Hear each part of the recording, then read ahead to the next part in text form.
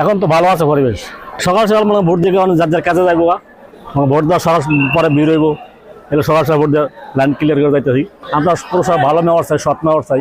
আমাদের ব্যবসা বাণিজ্য আছে তো, যার যার কর্মস্থলে চলে যাবো, এই জন্য তাড়াতাড়ি ভোটটা দিয়ে গেলে ঝামেলাটা মুক্ত হইলাম।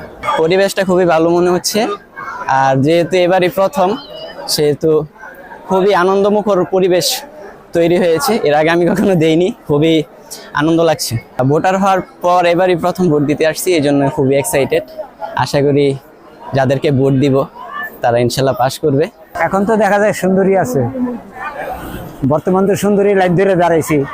আমার কাছে খুব ভালো লাগছে। এটা ভালোর বিষয়ও, যদি গন্ডগোল আল্লাহ না দেখ, হ্যাঁ আল্লাহর ইচ্ছা সবকিছু, মনে করেন আমরা আশা করি গন্ডগোল হবে না, খুব ভালো সুষ্ঠু নির্বাচন হবে।